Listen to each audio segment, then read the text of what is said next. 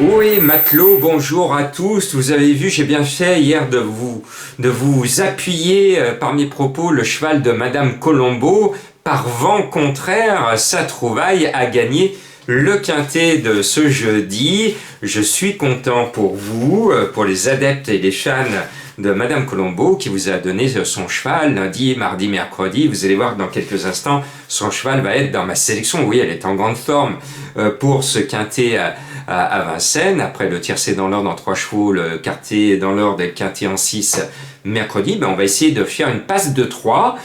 Attention, comme je le dis tous les vendredis, ça peut être un Black Friday. On l'a vu il y a 15 jours sur cette même période du vendredi, un cheval quatrième à plus de 200 contre 1.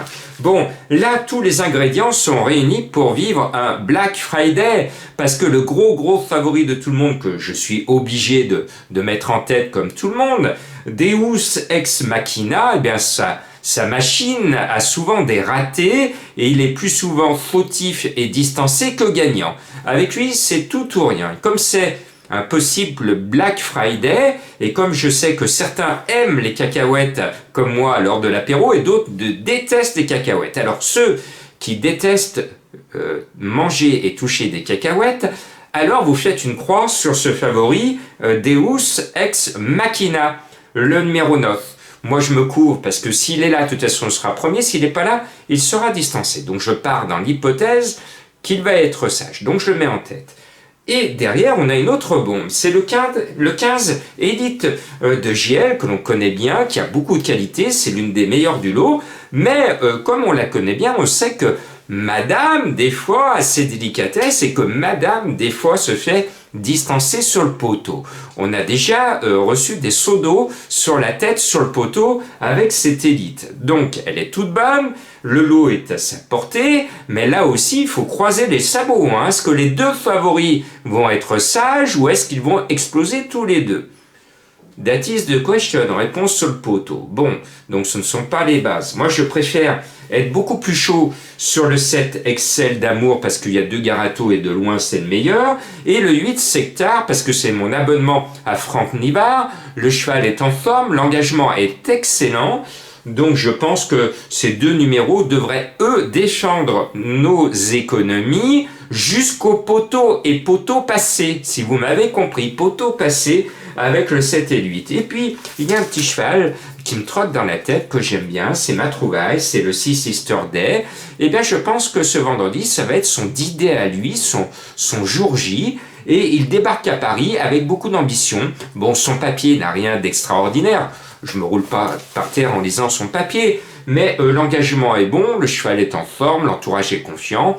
Pourquoi pas? Moi j'y crois. Et puis on a eu une bonne douche la dernière fois avec le 3 extra du château. On a construit avec lui un château de cartes en Espagne et tout s'est effondré alors qu'il avait beaucoup d'argent sous ses sabots.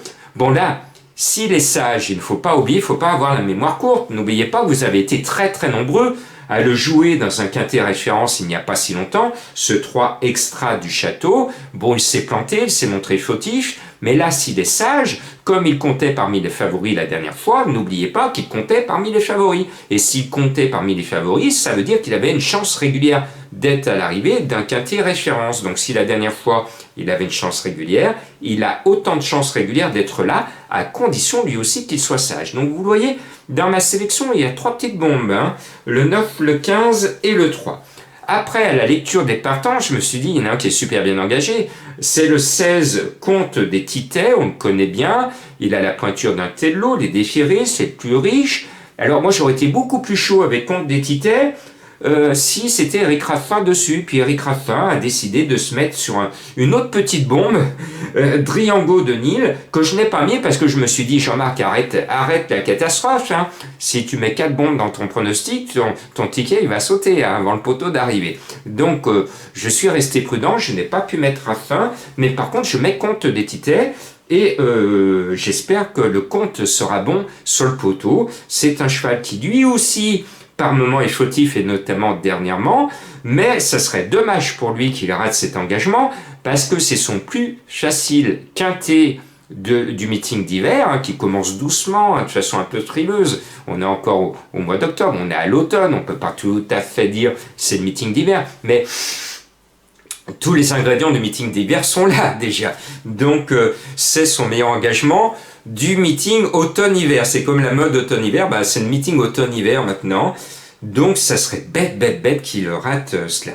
Et puis voilà, donc comme Madame Colombo est en très grande forme, je ferme les yeux, je fais pas son papier, je ne regarde pas ses bulles et je vous mets le 12 Diadème Blue. Elle nous a trouvé un petit joyau digne d'un Black Friday, un bon petit cheval à 40 ou 50 contre 1, capable de casser la baraque et pourquoi pas de faire signer à Madame Colombo un joli coup de 4. Pourquoi pas. J'avais essayé comme ce jeudi de vous donner un indice de confiance raisonnable, un indice de confiance de 3 sur 5, mais attention, accrochez vos ceintures, ça risque de secouer.